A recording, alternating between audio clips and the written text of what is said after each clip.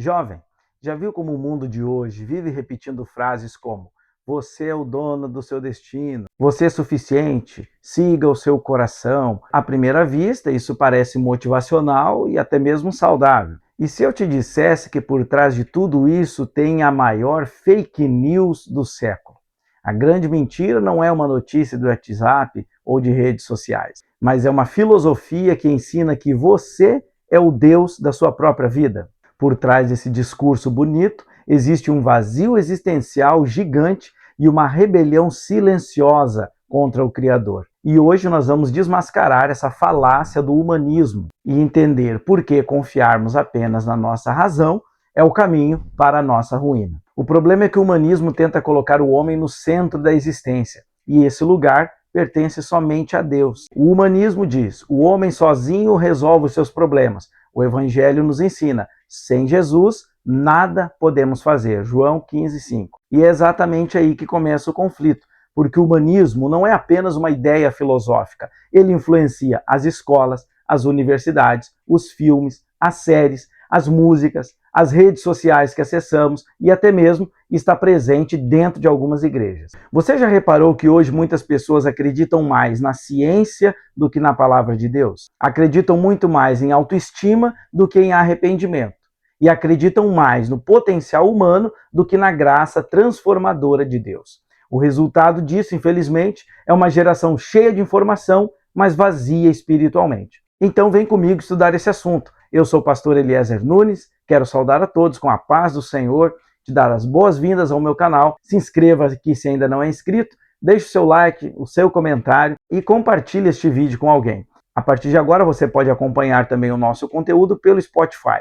Apenas pesquise por EBD com Pastor Eliezer e ali você vai poder estar ouvindo o nosso material, o áudio dessa lição, inclusive. Assim você pode acompanhar o nosso conteúdo em qualquer momento do seu dia a dia. Deus te abençoe e vamos então à nossa lição de hoje, a lição número 6 do segundo trimestre de 2026, que tem como título A Falácia do Humanismo. Veja qual é o texto principal da nossa lição de hoje. Confia no Senhor de todo o teu coração e não te estribes no teu próprio entendimento.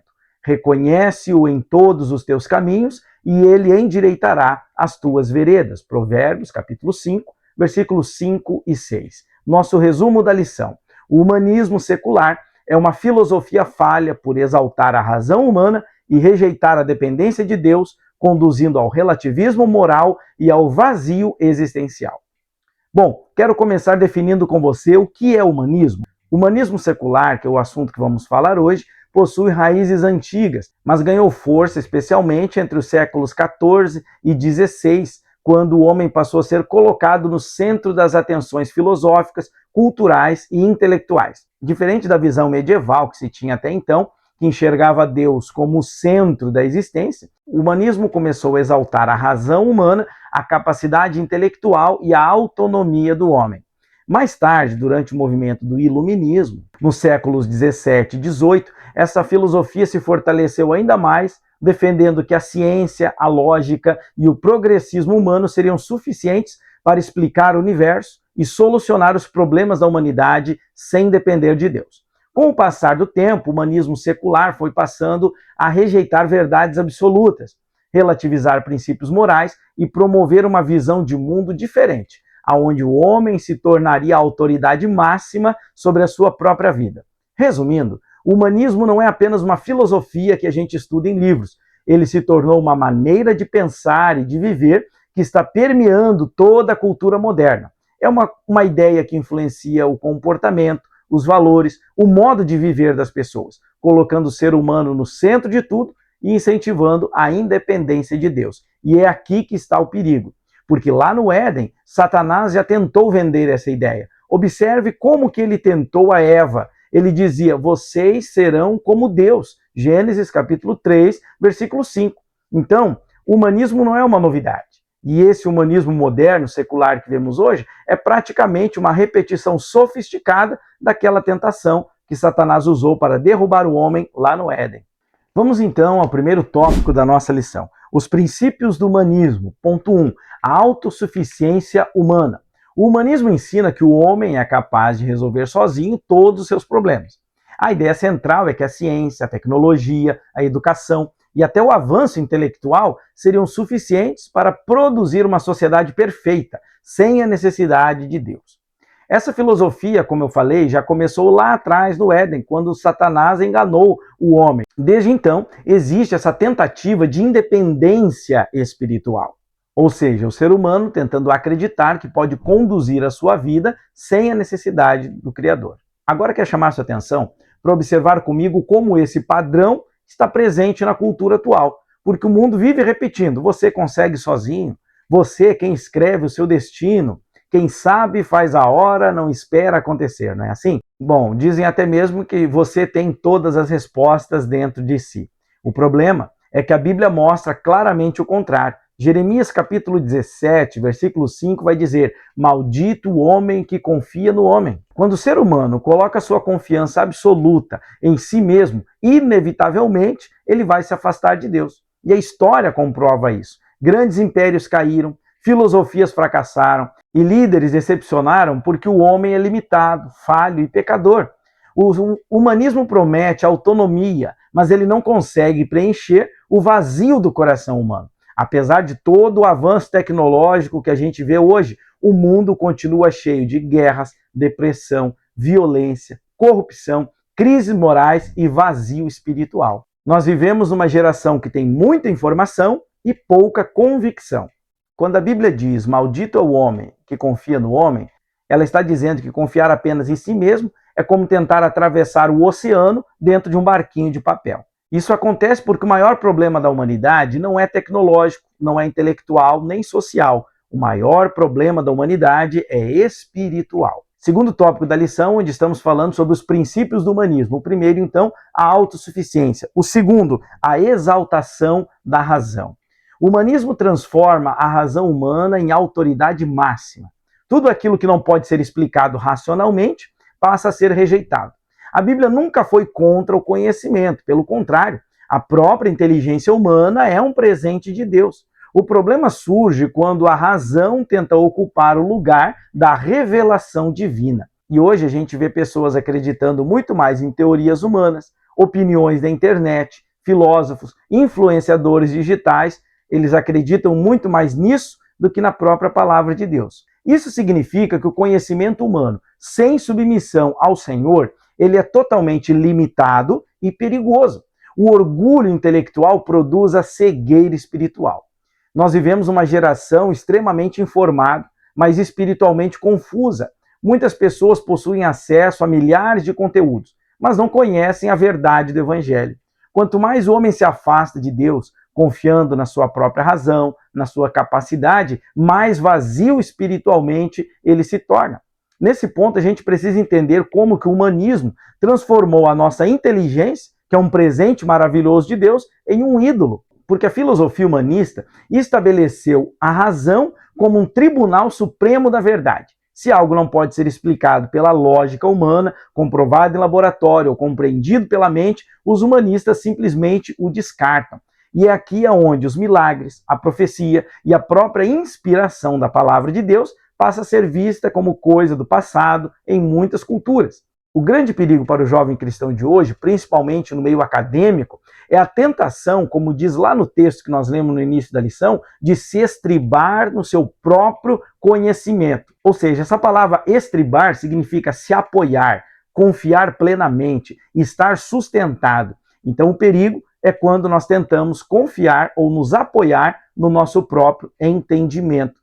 Quando transformamos a nossa mente num ídolo, ficamos cegos para a dimensão do sobrenatural. Nós precisamos lembrar que, embora a ciência e o intelecto tenham o seu valor, a Bíblia afirma categoricamente que a sabedoria do mundo é loucura diante de Deus. Confiar excessivamente na nossa capacidade lógica vai nos impedir de experimentar a dependência da graça, que muitas vezes ela opera além daquilo que a nossa razão consegue alcançar. Terceiro tópico do fundamento do humanismo, a negação do que é divino. O humanismo tende a marginalizar ou até mesmo negar a existência de Deus. Deus passou então a ser tratado como uma invenção cultural.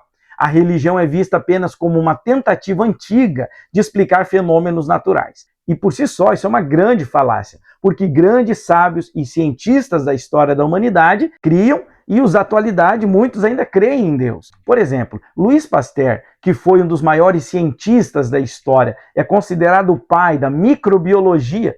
Ele ficou conhecido por suas frases relacionando a ciência e a fé em Deus. E certa vez ele disse assim: um pouco de ciência afasta de Deus, muita ciência conduz a Deus. Uma outra frase interessante dele é: quanto mais eu estudo a natureza, mais eu me maravilho com a obra do Criador. Albert Einstein chegou a dizer: você só tem duas maneiras de viver a vida. Ou você não crê em milagres, ou em tudo você vê um milagre. Perceba agora como essa mentalidade tendenciosa de se excluir Deus influencia a nossa sociedade.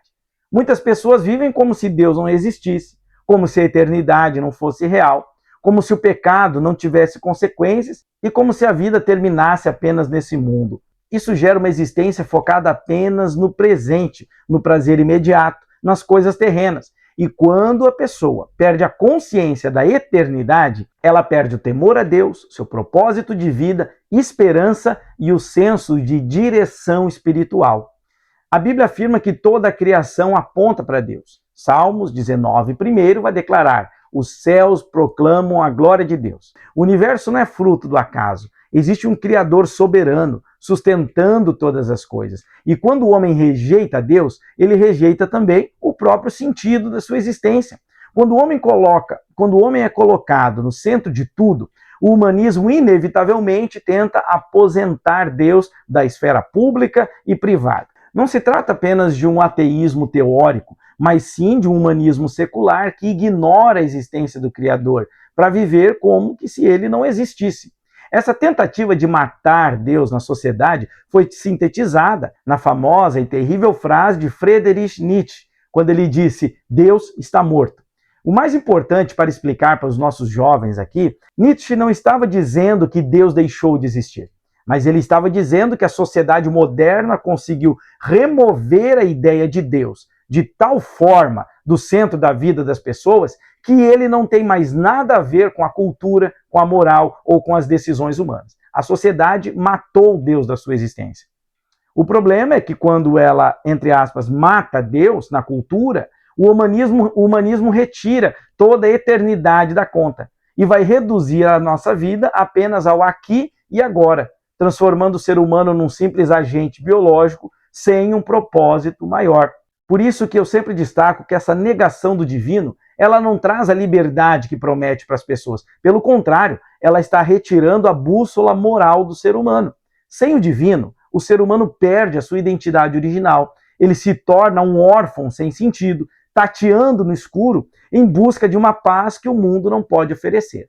Paulo, quando estava pregando no Areópago, em Atenas, está lá em Atos, capítulo 17, ele chega a dizer assim no versículo 27, que Deus nos criou para que o buscássemos e ainda que tateando o pudéssemos achar. Ou seja, sem a luz da revelação, o humanista mais intelectual não passa de alguém perdido no escuro, tateando as paredes, buscando um sentido que ele mesmo tentou apagar da sua vida.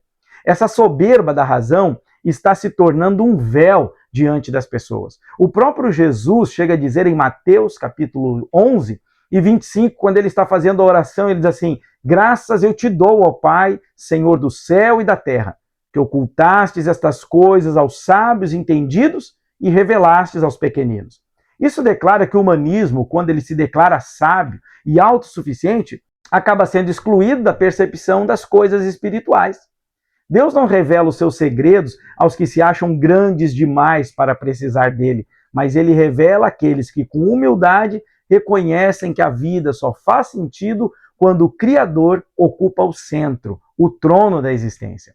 Você sabe, jovem, por que muitos intelectuais de hoje não conseguem entender ou aceitar a Bíblia? Não é por falta de conhecimento, é por excesso de orgulho. Eles estão tateando no escuro da própria razão, enquanto os pequeninos da fé estão enxergando a glória de Deus, porque eles escolheram depender do Pai e não apenas da sua própria inteligência. Agora vem comigo para o segundo tópico da lição. Já deixa o seu like se ainda não deixou, se inscreva aqui no canal e vamos continuar o nosso estudo de hoje. Segundo tópico, a visão cristã do ser humano, criado à imagem de Deus, mas caído. A dignidade humana, ela é inegável, porque o ser humano foi criado à imagem e à semelhança de Deus. A lição ainda vai dizer que isso confere para o ser humano um valor intrínseco que não depende das suas conquistas ou habilidades. Quando a Bíblia diz que Deus criou o homem conforme a sua imagem e semelhança, não quer dizer que Deus é fisicamente parecido conosco, mas quer dizer que ele compartilha conosco alguns dos seus atributos, que ele compartilha conosco características que nos tornam com um valor inestimável diante de Deus. É por isso que o ser humano é conhecido na Bíblia como a coroa da criação. Então, diferente do humanismo, que enxerga o ser humano como um projeto em constante evolução por seu esforço próprio, a Bíblia vai apresentar uma visão muito mais profunda e realista. Como falei, nós cremos que cada pessoa tem um valor inestimável, porque foi criado à imagem e semelhança de Deus. Isso significa que cada pessoa carrega uma dignidade que nem a ciência, nem a política podem conferir ou muito menos retirar dela. No entanto, lá em Gênesis 3, nós vamos ver que com a entrada do pecado, ele age como um vírus espiritual, manchando e contaminando toda a nossa imagem original. É por isso que o teólogo Herman Bavinck vai dizer que o homem é um enigma. Ao mesmo tempo, ele é um rei deposto e uma criatura valiosa. Olha que paradoxo interessante, né? O humanismo tenta resolver as falhas humanas com educação, ética e intelectualidade, acreditando que o problema seria simplesmente a falta de informação. Mas a Bíblia é mais incisiva e vai muito mais fundo, quando em Romanos 3:23 o apóstolo Paulo afirma: porque todos pecaram e destituídos estão da glória de Deus. E ainda em Romanos 6:23, porque o salário do pecado é a morte. O nosso dilema, então, não é apenas comportamental, é um dilema de natureza. A educação pode melhorar o comportamento social, pode polir os hábitos, mas ela não tem poder para regenerar o coração do ser humano. E Jesus nos ensinou lá em Marcos capítulo 5, que é do coração do homem, que saem todos os tipos de males, todos os tipos de crimes, de coisas horríveis. Não é o que contamina, não é o que entra, mas é o que sai do ser humano. Olha que interessante, eu gosto muito de C.S. Lewis, né? Sempre estou citando ele aqui, e ele fala algo que é confrontador e chocante. Ele diz o seguinte: educar um homem sem Deus pode apenas transformá-lo em um demônio mais inteligente. Essa frase é muito intrigante, porque ela nos deixa escancarado que a educação sozinha não muda a vida de uma pessoa. Existem muitos serial killers que se comportam muito bem, têm uma grande capacidade intelectual. Existem muitas pessoas da alta sociedade que se comportam muito bem, possuem muitos bens, são intelectualmente favorecidos, no entanto, são capazes de cometerem as piores e mais deploráveis atitudes que um ser humano pode fazer. A visão bíblica é equilibrada. Ela nos dá o valor de sermos filhos de Deus, mas também nos confronta com a nossa incapacidade de nos salvarmos sozinhos. Ou seja, ela aponta para a necessidade absoluta do novo nascimento que é operado pelo Espírito Santo na nossa vida. Segundo tópico deste item da lição: a dependência de Deus. No dicionário moderno, a palavra de ordem de hoje é autossuficiência. Se fala muito sobre empoderamento, não é verdade? A cultura atual, ela celebra o indivíduo que não depende de ninguém e que confia exclusivamente no seu próprio taco, como dizem hoje em dia. Mas na economia do reino de Deus, essa independência absoluta não é sinal de força, é um sinal de loucura espiritual. A verdadeira sabedoria não começa no laboratório, na biblioteca ou muito menos na conta bancária, mas ela começa no temor do Senhor. A Bíblia diz que o temor do Senhor é o princípio da sabedoria. Provérbios 1:7. Como o próprio Jesus usou a figura da videira, dizendo que os ramos devem estar ligados nela. E por isso que ele afirmou que sem mim nada podeis fazer. Isso não significa que devemos anular a nossa inteligência, mas devemos reconhecer que a razão humana é limitada e muitas vezes traiçoeira. O teólogo Blaise Pascal vai dizer que o último passo da razão é reconhecer que existe uma infinidade de coisas que ultrapassam a sua capacidade.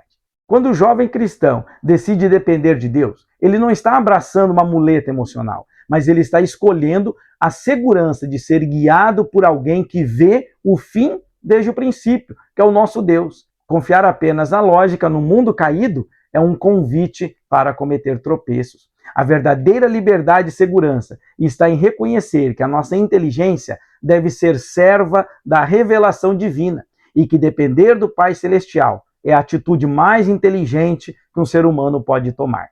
O terceiro item da lição vai dizer: chamado ao serviço. O humanismo ensina que o objetivo da vida é a autorrealização pessoal e por isso que não se encontra satisfação em nada neste mundo. Ao contrário disso, a Bíblia nos ensina que fomos chamados para servir. Jesus revolucionou na sua época completamente a ideia de grandeza, porque enquanto o mundo diz quem manda é o maior, Jesus ensinou quem quiser ser o maior, que seja o servo. A gente vive numa geração extremamente focada em status, reconhecimento, curtida, fama, validação social. Mas o reino de Deus funciona de uma maneira completamente inversa. O verdadeiro sucesso diante de Deus não está apenas em conquistarmos para nós mesmos, mas sim em como nós usamos a nossa vida para glorificar a Deus e servir as pessoas. O verdadeiro cristão deve entender que trabalhos, dons, talentos que temos, recursos que nós dispomos e as oportunidades que surgem na nossa vida devem ser usadas para o reino de Deus. A igreja precisa recuperar urgentemente esse ensino e passar a formar discípulos que compreendam que servir é um privilégio, porque o maior homem que andou sobre esta terra, o Filho de Deus, quando veio ao mundo, ele veio para servir. E aí nós chegamos então a uma reflexão interessante e prática da nossa lição, que é o terceiro tópico, as consequências do humanismo, ou seja, toda essa forma de pensar, colocando o homem no centro, falando de autossuficiência, todo esse antropocentrismo, como nós dizemos, como isso está impactando de uma forma prática e real na vida das pessoas? Vem comigo que eu vou te mostrar isso nesses três tópicos, nesses três itens do último tópico da nossa lição de hoje. Diz o primeiro deles, o vazio de sentido. Sem Deus, a existência perde o eixo. A vida se torna uma engrenagem que gira sem sair do lugar. O humanismo promete autonomia, mas o que ele entrega na prática é solidão e desorientação espiritual. Quando nós lemos em Romanos 11:36 que todas as coisas procedem dele e para ele são todas as coisas, logo, se a gente tirar o Criador do centro, tudo ao redor vai perder o seu significado.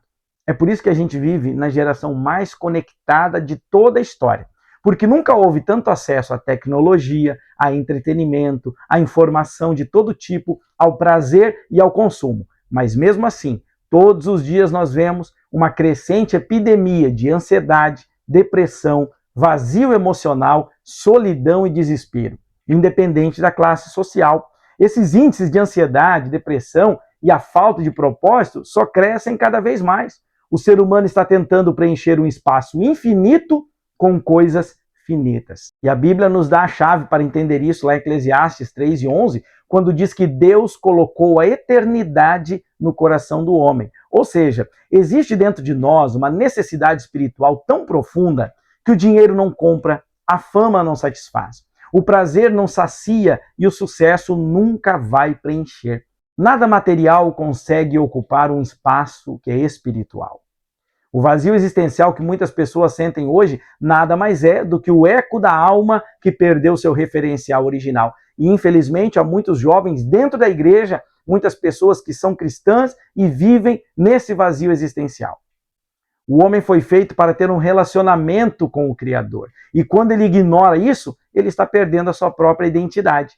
Um retrato fiel desta cultura humanista é a parábola do filho pródigo, de Lucas capítulo 15, porque ali fala sobre um jovem que buscou tudo que muita gente procura hoje: liberdade, prazeres, experiências e autonomia total longe do seu pai. Ele queria ser o dono do seu próprio destino. Mas e qual foi o resultado dessa liberdade sem Deus?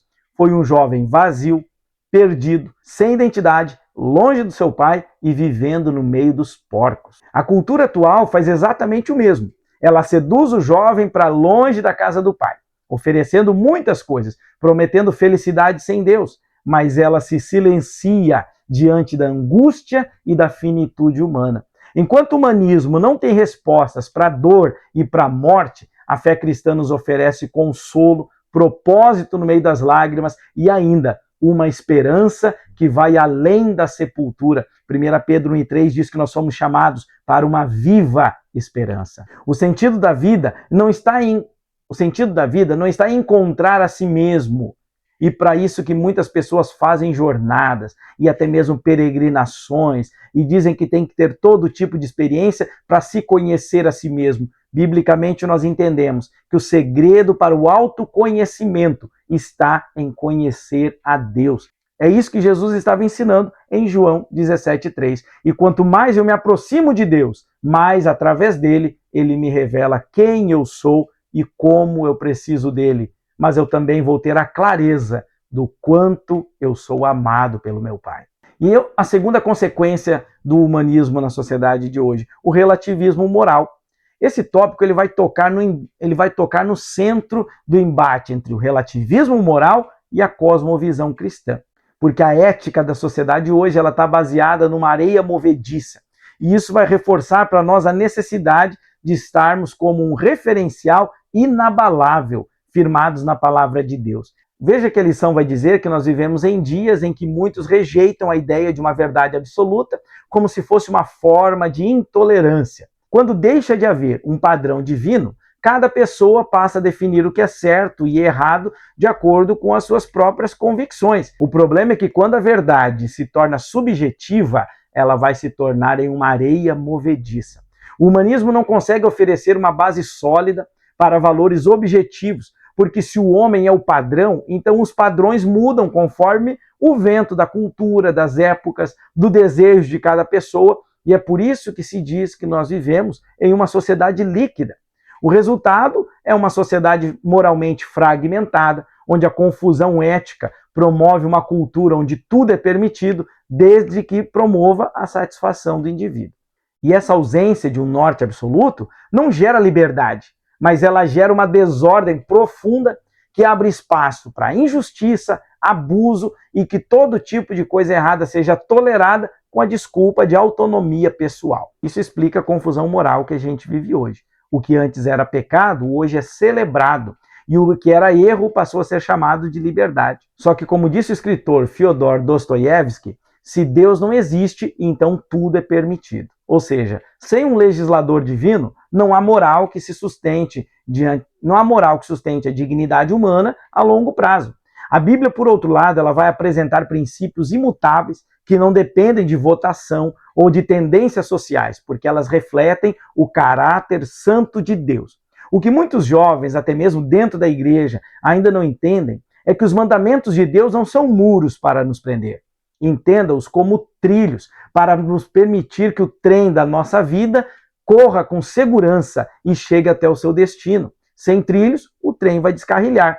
Como afirma em Isaías capítulo 40, versículo 8, a erva se seca, a flor cai, mas a palavra do nosso Deus subsiste eternamente. Os valores bíblicos são esses trilhos que protegem a sociedade do caos e do sofrimento.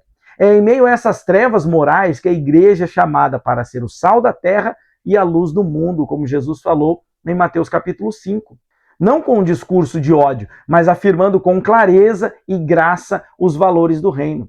Isso exige coragem para nadar contra a correnteza, compaixão para entender muitos jovens que estão confusos e são vítimas de um sistema que prometeu para eles liberdade, mas entregou para eles uma escravidão ao pecado através do relativismo. Nossa missão, então, é apontar para a verdade que não muda, porque só ela tem o poder de libertar o homem de si mesmo e da desorientação pessoal. E essa verdade não é uma ideologia, essa verdade não é uma religião, essa verdade é uma pessoa, Jesus Cristo. O terceiro ponto vai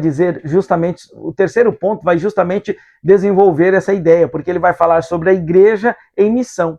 Diante do avanço avassalador do humanismo nas universidades, nas artes, nas redes sociais, como eu já falei, a igreja não pode se dar ao luxo de se permanecer em silêncio ou de se retirar para uma bolha de alienação. A nossa missão é proclamar com ousadia e mansidão que o homem não é o centro do universo. A verdadeira grandeza humana não está na sua autonomia rebelde, mas ela está no fato de sermos amados pelo Criador e estarmos reconciliados com Ele por meio de seu Filho Jesus Cristo. A identidade do jovem cristão não é pautada por conquistas acadêmicas, status social ou aceitação em grupos ideológicos, mas sim por quem esse jovem é em Cristo Jesus.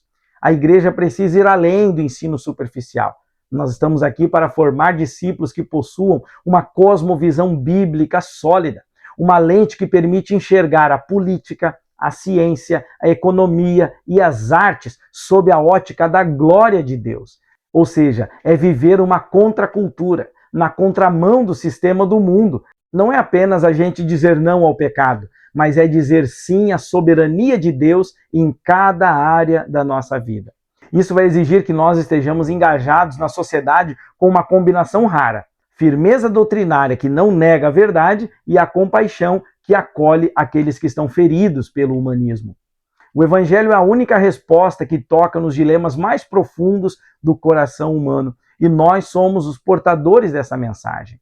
Nossa missão é lembrar ao mundo de uma forma forte, incansável, que a verdadeira esperança não reside no potencial humano, nem nos avanços da inteligência artificial ou nas promessas de políticas sem Deus, mas como afirma em Colossenses 1:27, Cristo em vós é a esperança da glória eterna. Somente nele é que nós encontramos a salvação que regenera, a direção que não confunde e um sentido eterno para se viver. Nós vivemos em um tempo em que o humanismo exalta o eu. Você pode ver isso presente até mesmo como tem influenciado em muitas músicas e até mesmo em pregações do meio cristão. Mas o evangelho verdadeiro continua enfatizando a cruz. Somente Cristo é capaz de restaurar completamente o ser humano. E aqui eu quero ler com você então a conclusão da nossa lição. Nessa lição vimos que o humanismo é uma falácia ao ignorar a verdade bíblica sobre a nossa condição caída e a necessidade de Deus. A fé cristã afirma que somos valiosos aos olhos de Deus, mas somente encontramos propósito e redenção em Cristo. Devemos permanecer vigilantes e fiéis, usando nossos talentos para glorificar a Deus e lembrar aos outros que só em Cristo reside a verdadeira esperança para a humanidade. A igreja, portanto, é chamada para ser um farol de verdade e graça em um mundo centrado no homem e carente de Deus. Que Deus abençoe sua vida. Se inscreva aqui no canal, deixe seu comentário, compartilhe com seus amigos.